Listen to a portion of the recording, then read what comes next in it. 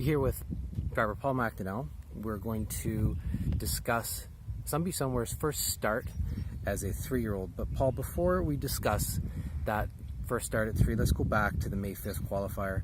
What was the buzz like around Somebeachsomewhere heading into that qualifying mile? Well, there was some buzz. I mean, people were wondering how he would come back. He was put away as a 2-year-old quite earlier than most. I think it was his last race was right around the first part of September of the previous year. So, yeah, there was a lot of wondering how he would come along. And I think once he stepped foot onto the track at Mohawk and buzzed around Mohawk in his qualifier, it was pretty plain to see that he'd come back in fine form. What was the atmosphere like for you personally heading behind the gate with him in that first charted line as a sophomore? I was a bit, I was curious myself, to tell you the truth. I was, you never know how they come back. I was pretty confident in the horse. However, you never know until you actually go out there and do it. But, when he went to the gate and saw the gate, he was right up on the bit nice and just cruised around there. So as we know, he qualified handily in 1:51.1. What was going through your mind after you got off the race bike in that qualifying mile?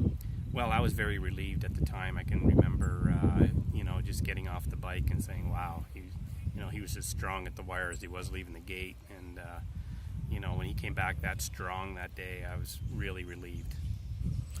His first start as a 3-year-old was scheduled to be on May 17th, 12 days after that qualifier, but he was scratched out of that race. Can you tell us what led to the scratch in that race? Yeah, he had a minor paddock injury.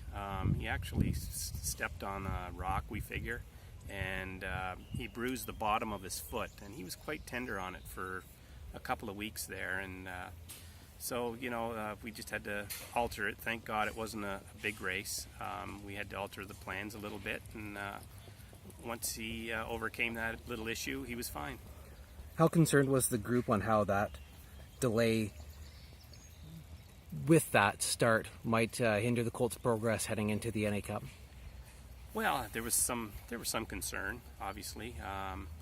We wanted to have him a start or two, at least 3 maybe under his belt before we went into the eliminations for the North America Cup. So there was some concern. Fitness and whatever else had to be on schedule. So they were a little bit concerned, but again, we were dealing with a different animal here. He was just a terrific athlete. His natural ability took over as soon as we got training him and getting him tight. That first start then came on May 31st, which is 10 years ago today. It was in the Burlington Stakes, now known as the Somebeachsomewhere. Was the horse 100% when he entered the Burlington? He was close to 100%. He, he didn't have the race in him that we really needed.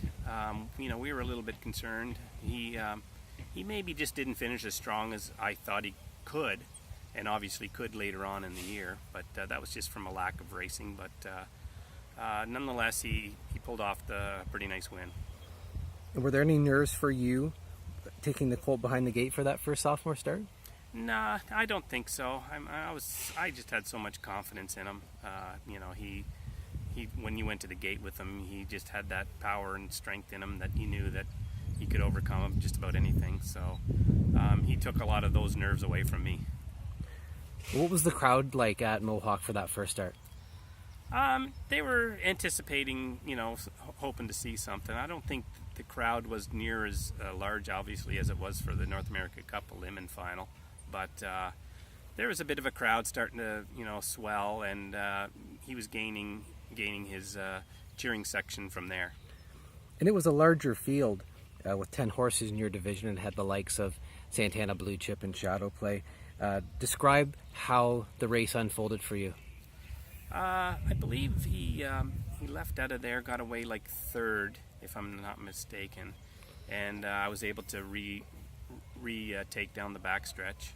And again, we were a little bit concerned how fit and how tight he was going into that race, but he was able to overcome all that and power away to a pretty nice win.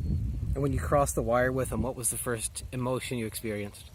I think it was a bit of relief. You know, we got our first race under our belt. It was a stake win, and you know, he come out of it good. I can remember pulling him up and, you know, paying kind of close attention to how he was walking and how he was going to go back to the winner's circle, and there was no ill effects at all. Well, Paul, thank you for this walk down memory lane and this beach memory. Thank you.